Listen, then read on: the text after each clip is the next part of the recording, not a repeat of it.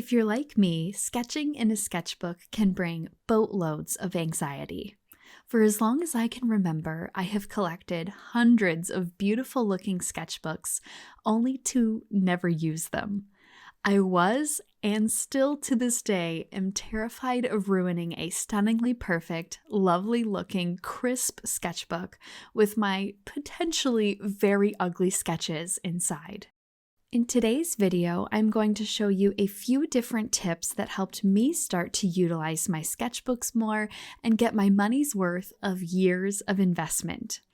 Before I start sharing these helpful hints, I will preface this video in saying that you should have a sketchbook, at least one, that is specifically for messy, ugly, study-like drawings that you can be entirely carefree in. Sketching is a helpful way to discover yourself as an artist and hone your skills, and truthfully, the messier and uglier, the better, in my opinion. However, if you aren't quite there yet like me, fear not, we can start off simple together with my first helpful hint of the day, which is my personal favorite, using our sketchbooks for art mock-ups.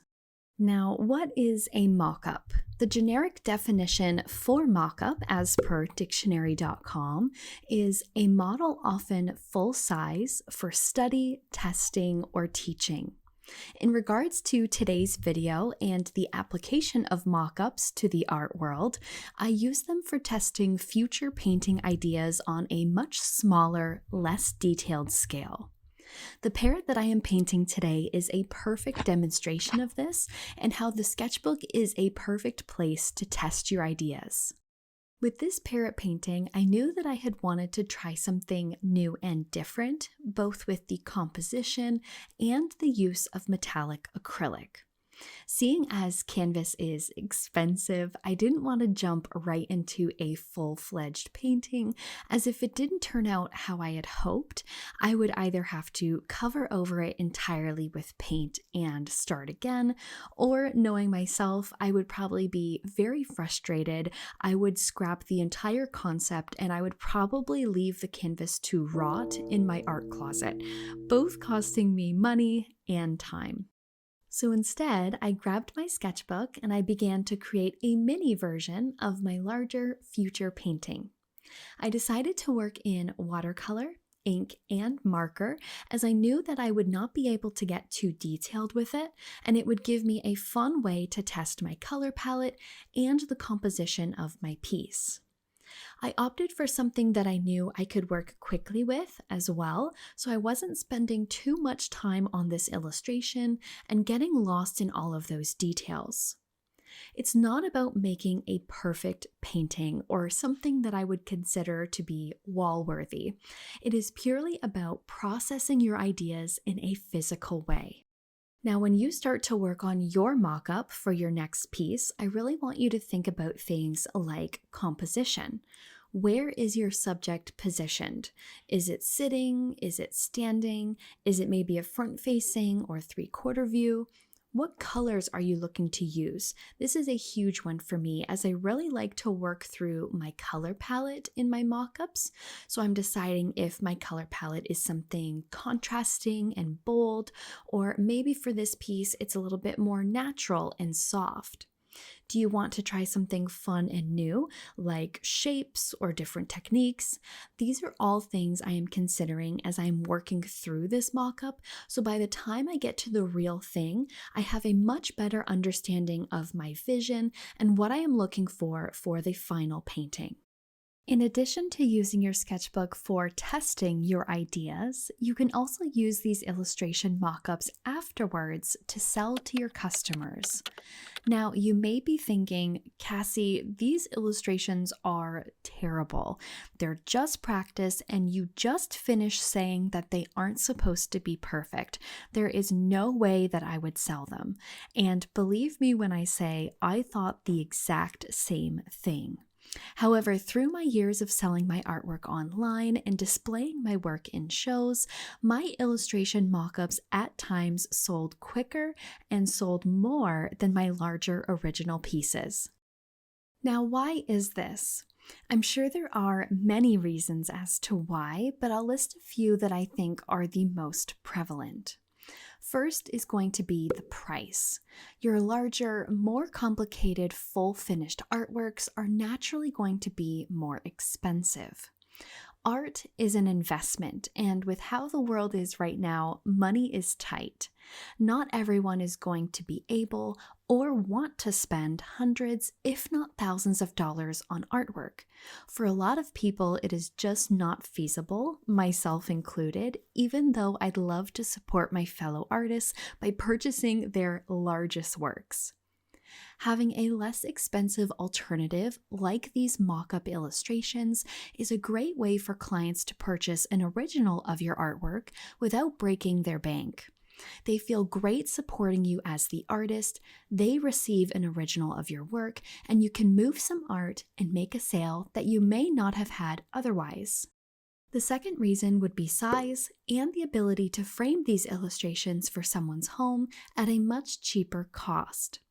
I started cutting these illustrations out of my sketchbook and trimming them down to an easily frameable size.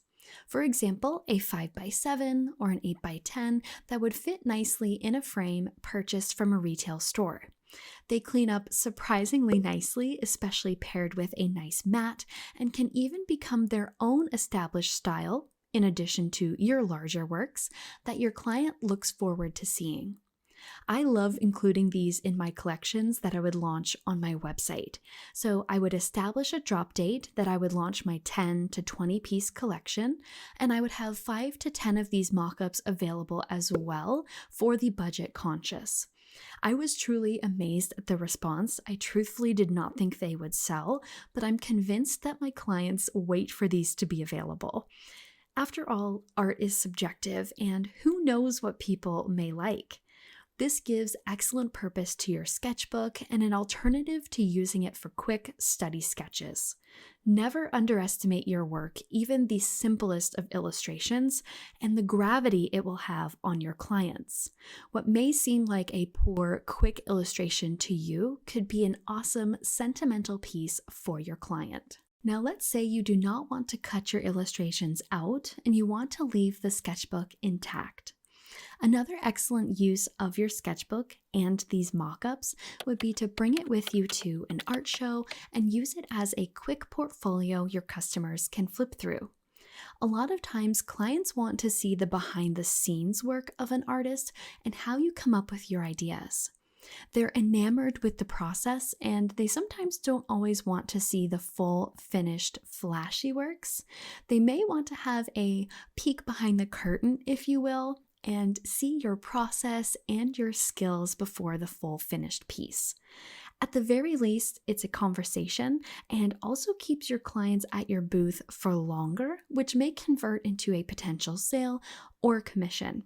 Either way, I don't see any negative by showing these drawings or illustrations to your clients or passerbys. I think it's a great way to show another side, another dimension to you and your art. Something that I am trying to do more of in my sketchbook is to use it as a resource tool for my inspiration. Now, this is going to date back to my elementary and my high school days, back when my teachers would give me assignments to create a collage of things we like or things we were researching. And I'm going to apply that now to my professional art career. For example, with this parrot, I would collect photographs of different types of parrots that I find interesting and beautiful, maybe different types of foliage that I wanted to include in my art, and I would gather those photographs. I would also look for things like poses. Maybe is the bird flying? Is it diving? And what exactly would that look like? Find things that you think would be interesting and save them for later. It could be for a specific piece you have in mind, like this parrot, or it could just be in general, finding really neat, cool things that you want to integrate into your art at a later date. I think sometimes sketchbooks are really only looked at in regards to, well, sketching, drawing in them, but really they can be a tool for us to save all kinds of things for our art brain later on. Maybe besides some of these interesting findings, you can write a little description of your thought process.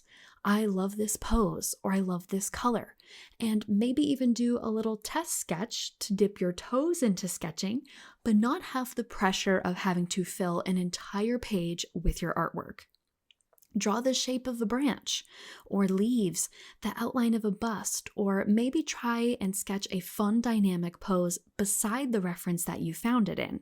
Maybe this kind of eliminates some of that pressure for you.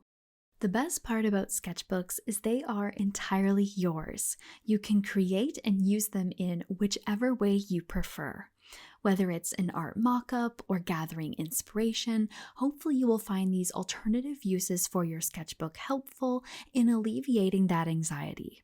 You do not have to create perfect works in your sketchbook, and you don't even have to post what you create within them.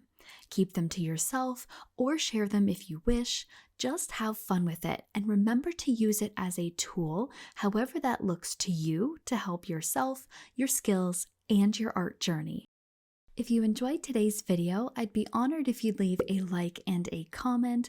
Join our YouTube family by hitting the subscribe button and the bell to be notified when I upload next. You can also check out my Patreon page where I upload art tutorials and other goodies for our monthly members. Thank you so much for watching, and I will see you in the next one. The watercolor and ink used in today's video is provided by Chartpak, Grumbacher, and Molotow. A big shout out to our channel sponsors for always being so incredibly kind and supportive of my work. You can check out their links in the description box below for all of their supplies and where to buy them.